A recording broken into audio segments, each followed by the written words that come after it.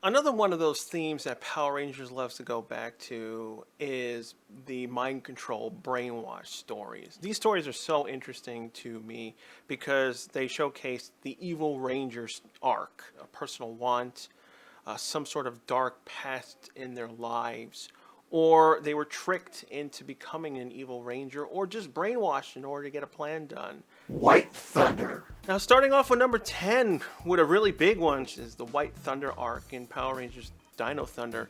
And, honestly, Trent had it worse than Tommy. Yeah, Tommy did horrific things himself. He destroyed sections of the city, nearly killed his, new friends, didn't know what he was doing. Trent was poisoned not just by Mesogog, but also the Dino Gem in him, where he was just getting further and further evil. And on top of it, he knew what he was doing.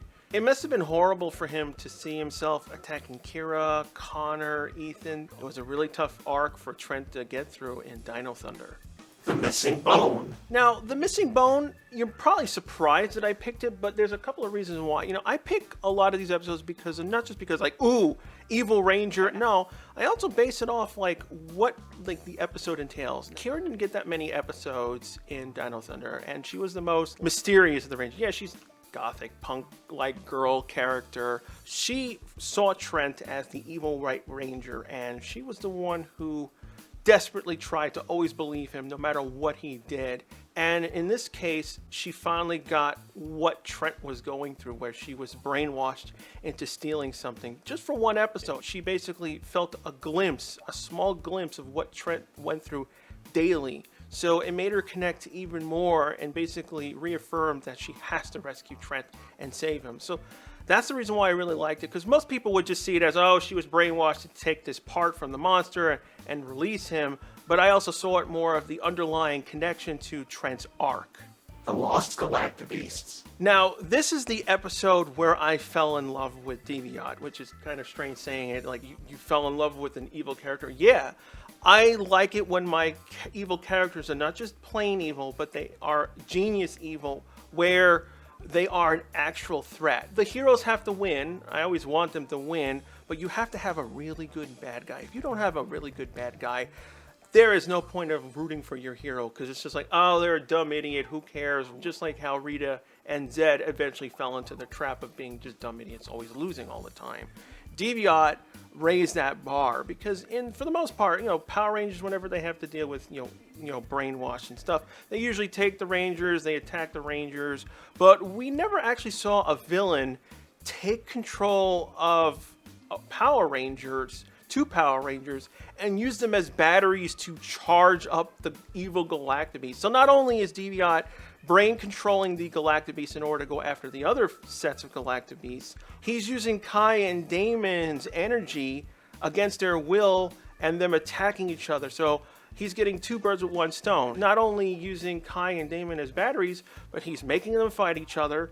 And then on top of it, if either one wins or loses, one dies and he'll just kill the other one. So it's a triple win situation. It's no matter how evil his plans are, it has that extra level of evil. And I'm like, this is why I wish Deviant came back for another season of Power Ranger. I really wish more villains were that conniving and that smart. Seeing Red. Now, Seeing Red from Beast Morphers, this one I really love because I like Devin's arc when he turned evil because of the corrupted Battleizer suit. He gained this power, this new Battleizer, but it shows you the dangers of what happens if power corrupts in the more literal sense, where Devin was being taken over by this energy. It was corrupting his mind, and to the point where I was like, are they going to really go that far where he's going to be turning into an evil ranger? Devin, compared to all the other Rangers, he was the most civilian of the bunch because he really didn't get, much to do. He was just a guy who loved video games, and he got just stuck into this situation of turning into a Power Ranger. So it would have been very overwhelming for him in the first place to, have this power, become a Power Ranger, have these responsibilities. We did do a great job, don't get me wrong. There had to have been an underlying thing of like, maybe I could use the Ranger powers for some personal gain, because I think that's where it initially started from, that little kernel, but then it just evolved into this really horrific thing that where Devon basically became a bad guy. Once those Fury cells were wasted, he was no longer able to use the Battleizer power-up, and we lost the power. I think that's the reason why people really loved that power and wanted it back, because it was such an important story in Beast Morphers that people wanted to see it again.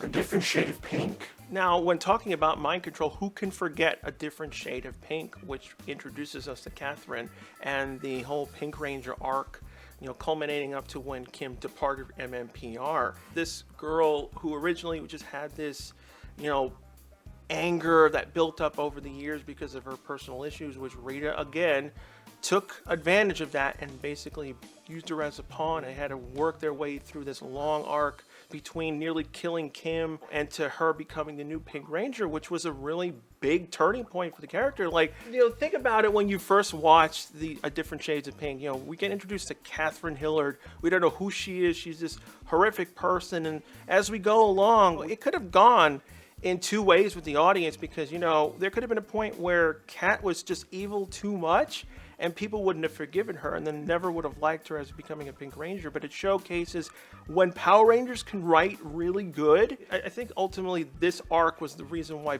people remember Kim and Kat so fondly on MMPR. And many people out there would say, you know, Kim and Kat were one of my favorite Rangers of all time. Return of an old friend. Now, for Return of the Old Friend, it wasn't the most biggest part of the story, but it was the core catalyst when Billy was the one who broke into the command center to steal the Dragon Dagger in order to give it to Goldar. But it stung more because, again, it'll be bad for anyone. You know, if Zach went evil, I would hate it. You know, Kim evil, I hate it. It wouldn't matter who. But Billy turning evil is such a detriment to the team, because not only could he get into the base, steal things, attack you, destroy it, but he could do worse. He could create a virus that can screw your powers, remotely destroy the command center, because he has access to everything. He understands how everything works. He would be the most powerful evil ranger out there for MMPR, at least. He could completely get rid of Zordon if he wanted to, kill Alpha with ease. No one would know what to do. It would have been such a horrific thing if Billy was an evil Green Ranger for more than just these few minutes alone. And it was kind of a, you know, a sad moment, because, you know, Return of an Old Friend, I get it. It was Return of Tommy. He was the main focus, and that was the reason why they didn't do it. But it would have been interesting if Billy was turned evil. It would have been kind of like a cool, like a flopped 5-parter if Billy was stuck as an evil Blue Ranger and Tommy came back and had to rescue him. Time Force Traitor. But speaking of Pink Rangers, Time Force Traitor was one of those episodes about Jen. And originally, this is one of the Time Force episodes I unfortunately didn't watch when it originally aired. It was the days of when Warner Brothers and Fox were battling each other with TV shows. You would show Power Rangers, Warner Brothers would either show Batman or Pokemon, so it was a pain in the ass to watch either show because they loved to run them at the same time. So this was one of the episodes I never actually saw until I got the Power Rangers Time Force DVDs. And I really hated that I missed watching this episode for many, many, many years until that point. One of the things that you can kind of fall into a trap of whenever you write, you know, really cool characters, you can tend to make them too perfect, where they're really cool, you want them to be like amazing, but then you usually tend to forget they don't have a vulnerable side, as well as expanding on the Time Force, you know, backstory some more, because we're watching Time Force from the present day, so we really don't know too much of what was going on in the year 3000 before they went back to 2001, where she had this former partner take advantage of her and inadvertently, you know, caused her to get brainwashed and attack, you know, Wes and everyone in order to help out Rancic, all because of just getting revenge on what she did to this person back in the year 3000. It opens up the world of Time Force more, and then, like I said, it showed Jen's vulnerable side. Obviously, because she's so proud and she's like, well, I'm the leader, I have to show, you know, me being strong, being responsible. She snuck out and didn't want Wes and everyone else to know what was going on. She's like, I can handle it. It's no big deal. It's just a person I knew from the past. It showed her ego getting a little too big over there, so she got knocked down a bunch. And also, on top of it, it finally gave that moment where Wes can finally, you know, show her that he's a good character. Because Jen has two issues with Wes. You know, him looking like Alex, her former fiance, and of course his cocky attitude. Not only is this episode showcasing Jen as a more vulnerable character, it opened her up to Wes more, so that's where it was the beginning of that love relationship. Green with Evil. Of course, in a mind control top 10, who can forget the Green with Evil arc? Now, I didn't want to put it as number one because it's kind of a cliche. It's like, oh my God, it's MMPR, it's the Green with Evil arc. Yeah, it's a very important staple moment for PR. It's the reason why it became a franchise and not just a 40-episode TV show that just died really quick. Of course, it has its importance in history, but still, it has its clunky bits in here. I think the main thing that drags Green with Evil down is just the editing. Now, obviously, when you're younger, you're not really paying attention to it, but as you go along and when you rewatch it, when I watched it over 10, 15 times, you start realizing, yeah, I love Tommy as the evil Green Ranger. I love that they saved him. He became a new 6th Ranger for the team. But the sloppy editing, because they were combining, so many different episodes of Jew Ranger. And again, this is the beginning of MMPR. They don't really know what they're doing. They're dealing with all these various episodes that are weird. Because, Japan is much different the way they do their storytelling compared to America. So they're adapting all these various episodes. They have to introduce Scorpina, which was very awkward in the Green with Evil arc. Again, they're working around the Borai footage. So it is fairly clunky, but I still respected what it did, because those key moments where Tommy threatened Kimberly, where he finally stopped playing around with the Rangers and said, yeah, I'm the evil Green Ranger, I'm here to kill you. So that, I think those moments are the reason why we really fell in love with the series. And the only thing that would have made Green with Evil better is if from that moment where Tommy threatened Kim, it would have been cool if they actually broke out and started fighting outside the juice bar. It would have been a very compromising moment, because again, Tommy's fighting Kim. Kim doesn't want to fight her, but at the same time, it's like, oh my God, we have the civilians to worry about. But on top of it, what if they figure out Kim and Tommy are Power Rangers? It would have been a really cool moment if MMPR had, gone that extra step. Thunderstorm. But I still considered Thunderstorm as a better Evil arc, because it was kind of ironic, because at the end of Ninja Storm, Shane, Dustin, and Tori saved everyone's ass and locked Lothor away. They were recognized. Sensei Watanabe respected them. So all good in the world, minus them losing their powers at the end. And then what happens? They get brainwashed, all because Lothor finally escapes, and he's like, you know what? You screwed me over, I'm going to screw you back. It was kind of like the ultimate FU. Out of all the episodes of Lothor and all the crap that I've given him where I've said he was really annoying, I loved him in this team up. It was a really great turnaround, because again, you weren't expecting that. You were expecting, oh, okay, Lothor or some of the other monsters from Ninja Storm came back, and Shane, Tori, Dustin would have popped in, mentored, got their powers back. We would have seen the entire team up. We were not expecting the first half of the story where Tori, Dustin, and Shane were all brainwashed into evil Rangers. And honestly, Shane, Tori, and Dustin really are creepy when they're evil Rangers. And also because, Tori didn't really get a chance to be the evil Rangers. Remember when she had gone into the alternate universe, everyone that was good was turned evil, and everyone who was evil was turned good. She was the only one who never actually really saw an evil version of her, bar that copied version of her, but that one was more of a crazy version of her versus an evil version of her. So this was the first time we actually saw her genuinely be evil, and we continued off where we left off from Ninja Storm versus we got new powers, blah, blah, blah, and then something just simply let Lothor out. They actually wanted to continue the story faithfully into Dino Thunder, and I think that's the reason why it felt such like a really good team up. The Dino Thunder Rangers worked really well with that cast, so I think out of every team up from the Disney era, that was the best one.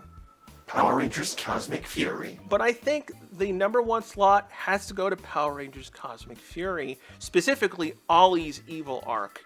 For all the evil Rangers that we got, from Green with Evil, different shades of pink, seeing red, Ollie is the best one that they did, because I think the main reason why it worked so well, at the detriment of him not getting his new Cosmic Fury suit until near the end of the season, we got to see him become this evil dark Blue Ranger, but also because Zed was involved. He was like, you know what? I am going to use a ranger. I don't give a crap. I want these rangers dead, and if I have to use an evil ranger to accomplish this, so be it. It reminds you of like, yeah, Zed can be a real POS sometimes. So not only do you hate it because of how conniving Ollie can be, because, you know, not only was he evil, he tricked everyone multiple times. His mother, Amelia. It hurt more. It hurt because all the other ranger powers were destroyed because of him.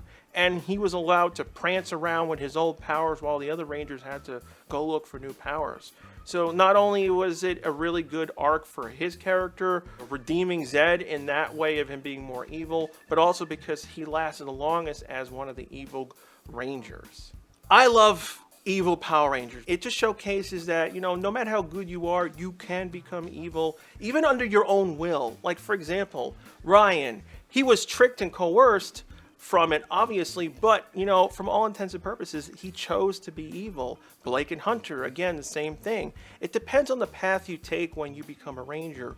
Will you be tempted to use these powers for good, or because of, you know, personal circumstances, will you be tempted to go in the other direction of being evil, or just being in the wrong place at the wrong time, where someone who just takes control of your body and just uses you as a toy and doesn't give a crap of what's going on about you. It's some of the things that Power Rangers tends to like gloss over, because again, you know, when we saw the Green with Evil arc, we were, you know, we hated it because like, oh my god, Tommy is just being used by Rita, he doesn't want to be doing those things. From a personal aspect, you know, if I was brainwashed by Rita and did the exact same things as what Tommy did in the real world, and eventually I get snapped out of it, I would be thinking about those, you know, those billions of dollars of property damage I just did with the Zord, and the potential thousands or even tens of thousands of people I could have killed. Do I want to stay a Power Ranger? Yeah, I've seen Power Rangers be good, but look what I just did. I'm not responsible for these deaths, but I still helped in some regard.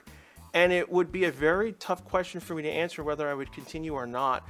Honestly, if it was a real circumstance and a real choice, I may have not wanted to become a Power Ranger. And that might actually be a more realistic approach to Power Rangers in general. If Power Rangers were real in a real life situation and circumstances, I think a lot of people would say no to becoming that power.